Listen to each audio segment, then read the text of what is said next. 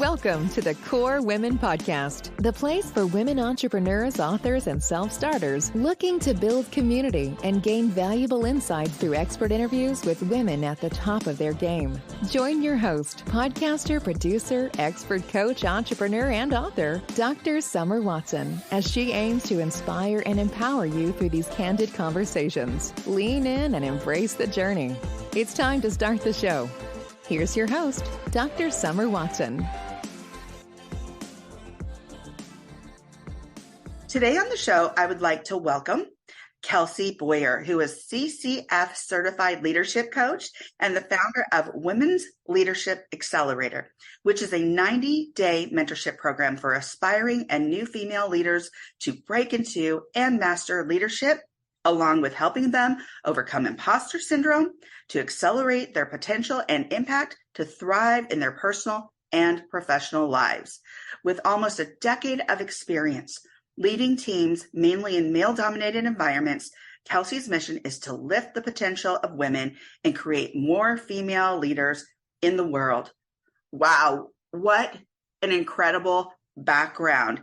And you have so much passion and purpose, Kelsey. There's so much to talk about. So welcome. Thank you so much. Thank you for having me. I'm so excited to be here. Absolutely. And I'm excited for you to be here. But before we jump right into your professional background, let me ask you a question. Can you describe your journey in one word thus far? Yes. Oh. So this was, there is a word that has been so present for me, and this word, it has been so present in my life over the past 2 years that I actually got a symbol for it tattooed on me. And I am someone who has never, ever wanted a tattoo in my entire life. So I will show you it. Okay. Video, but everybody else's, yeah, you can kind of see it. Yeah. So that word is equanimity. And what equanimity means is maintaining calmness and composure despite the ups and downs in life, and essentially not being tied to and not being affected by and not tying my worth to outcomes. And that is just originally was so symbolic of my journey as an entrepreneur, because any entrepreneur will tell you that, and I'm sure you've experienced the same thing, Summer, the ups and downs and the roller coasters of running a business and building a business, and recognizing that that same symbolism has applied to so many different experiences that I've had in my life, and just recognizing that I get to choose how I respond, and I get to choose what state that I'm in and whether I'm affected by the ups and downs. So equanimity is really, really present for me. I absolutely love that. And here's what I really loved about what you just said. It's how you respond. And most people will use the term react, but no, it's really respond and what's that end result like. And so you get the opportunity to think about, what do you actually want to happen here? Yeah. As I progress and am in the moment. And so although you're in the moment, you also have the option and the choice. I always say choices are superpower. The choice to look down the road and say, what do I want that end result to be in my response? Yeah. And so I love that.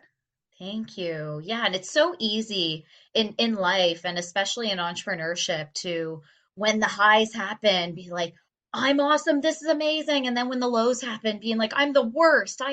And beating yourself up along the way. And and I noticed it as someone who worked in full commission sales and recruiting for many, many years. And it was like, no, I get to choose. None of these things mean anything. And the only reason they mean that I'm the best or the worst right now is because I'm choosing to give it that meaning. So what meaning do I choose this time? And this time I choose equanimity. So yeah. I love it. I absolutely love it. And there's so much depth to that, because like you said, we're both entrepreneurs. We've seen the highs, we've seen the lows. It's one of the most difficult things you can possibly do is go from a job that you know the amount of salary you're going to get. You're there from Monday through Friday or Tuesday through Saturday or whatever your hours are. You know that they're usually set. You know your salary. But with entrepreneurship, you don't know any of that. You can do some projections. You can plan the best that you can. You can be very creative, but there are a lot of ups and downs Yeah. with being an entrepreneur. And I'm sure you've experienced that in sales because that happens. Oh man, I could just Oh imagine. my God. Epic quarters and then nothing. Yeah. Oh my gosh. And it's funny because my husband was in the Marine Corps for 21 years. Wow. The worst possible duty station he had was recruiting. And recruiting was about selling the service, essentially. Selling And people who are unpredictable. absolutely. And so he was up long hours, working long hours, trying to make quota, and he's like, this is the worst 3 years because he's like, I like to do my job. I like to excel in the job. And you just never know what's going to happen. And you've got to be strategic about a lot of different things, be creative, rework your thoughts. I mean, there was so much to it, and that's entrepreneurship. And so when the lows start happening, we start doubting ourselves. We start doing more comparing. We start doing all these interesting things that we wouldn't normally do, but we're feeling like this lack of, right? And so I love your purpose, your passion. So let's get into my next question. Yeah. Give us a glimpse of where you grew up and how you developed some of your passions during your professional and personal history. Yes, I love this question. And so I grew up in Stony Creek, Ontario, a very small town. And I had to, I mean, really what spearheaded and what launched my idea of Women's Leadership Accelerator many years later was a lot of things that I experienced in my personal life. And my parents got divorced when I was 5, and I was always back and forth, and kind of growing up in Stony Creek in another small town called Winona. And basically I was the oldest of all the siblings, and basically at a preteen age, I had to take on a leadership role as one of my parents was struggling with drug addiction and a lot of unprocessed trauma that they hadn't really had a chance to work through. And no fault on them, but that was something that ended up on my plate. And I think in that experience, I got out of that experience recognizing that other people were going through this as well, and they didn't need to be alone like I had felt. And I also had a really great, as I got older, a really great support. And even through the experience, I had an incredible support system that really helped me through. And so I recognize that because they were able to get me through, that I could provide that to somebody else. And so at a very young age, I got involved with coaching youth girls in underprivileged areas from grade 6 to 8. And they were basically going through what I had just gone through. And that's where it all started for me. And that's where my passion for coaching really was born. But I was very young. This was a long time ago, and I didn't even know coaching was in the realm of possibility for me to do as a career. And so did what my parents told me to do. I got my degree, I got my 9 to 5, and spent my career professionally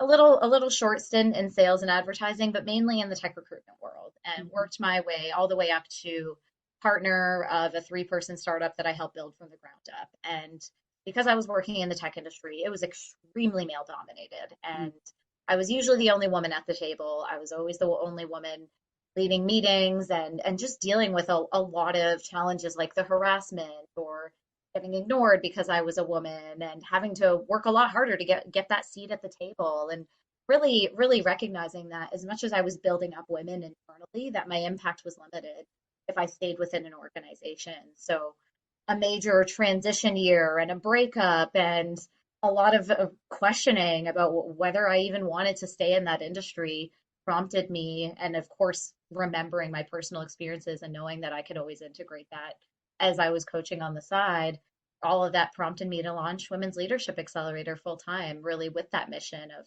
lifting the potential of women so more of them can get the seat at the table and create more female leaders in the world. And I absolutely love that because As I'm hearing you speak, the first thing that stands out to me is we have something in common. Mm-hmm. One of my parents also went through drug addiction. Yeah. And really badly when I left for college. And so while growing up, we become more parentified because we feel like we need to take care of them, right? Mm-hmm. And so we take on this role of, okay, I'm taking care of myself and I'm trying to take care of them. And so it's interesting how we work through that and how we go through that. And I'm really glad to hear that. Really important here is that you had a great support system throughout that time and hopefully still do.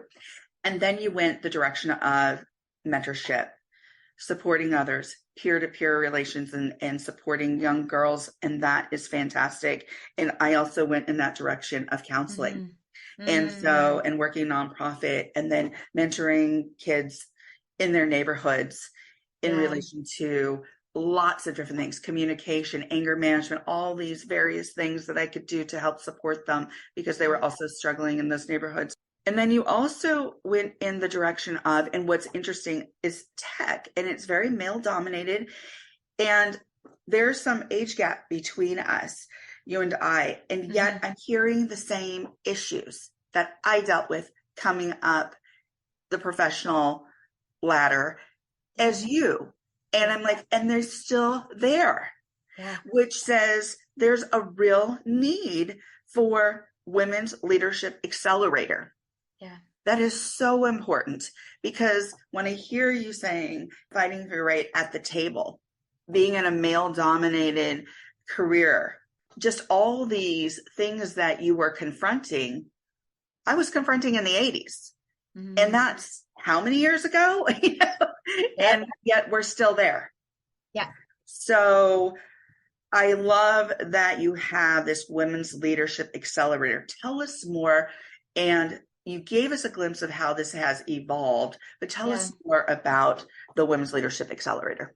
Yeah. And so, really, it has evolved a lot since I started it. And so originally it was a 90-day one-on-one mentorship program for aspiring and new female leaders to break into and master leadership while overcoming a lot of the challenges that they face professionally, like overcoming imposter syndrome, burnout from having to prove ourselves and our worth, and maybe not even having access to female mentors around them, like myself, and really to get them to a point where not only they can rise through the ranks professionally and accelerate their potential professionally, but creating that sense of fulfillment personally as well. So yes, it is a leadership focused program, but my definition of leadership is so much more than who you are at work. I mean, really, how I define leadership and what we align with in WLA is elevating yourself and your own light and potential in a way that inspires and empowers others around you to do the same. So it really comes back to what's within you. And now it's expanded into a one-on-one and group program and cohort based, and women get access to a community. And now I'm a certified breathwork facilitator. So companies bring me in to do breathwork or to do leadership workshops for their women. So it's expanded in so many different areas, but that core 90-day program I still stick with and have taken now however many rounds, I've lost count. So it's been really exciting. I so appreciate what you're doing out there. Many of the reasons that you had given regarding why you created Women's Leadership Accelerator is exactly the reasons why I created Core Women. Because when I started Core Women, like you, I wanted to understand more what the needs were. So I did a needs assessment and a survey. And one of the things I asked Kelsey was, do you have a female mentor in your professional arena or in your educational space? And many of them, over 50%, said no. Wow. And I thought, we can do better than this. Yeah. We can do better than this. Or one of the other questions I asked when I surveyed women was, do you feel embraced by other women in a social setting? And the majority of them said no. Yes, that's another big one. And I was just like, wow.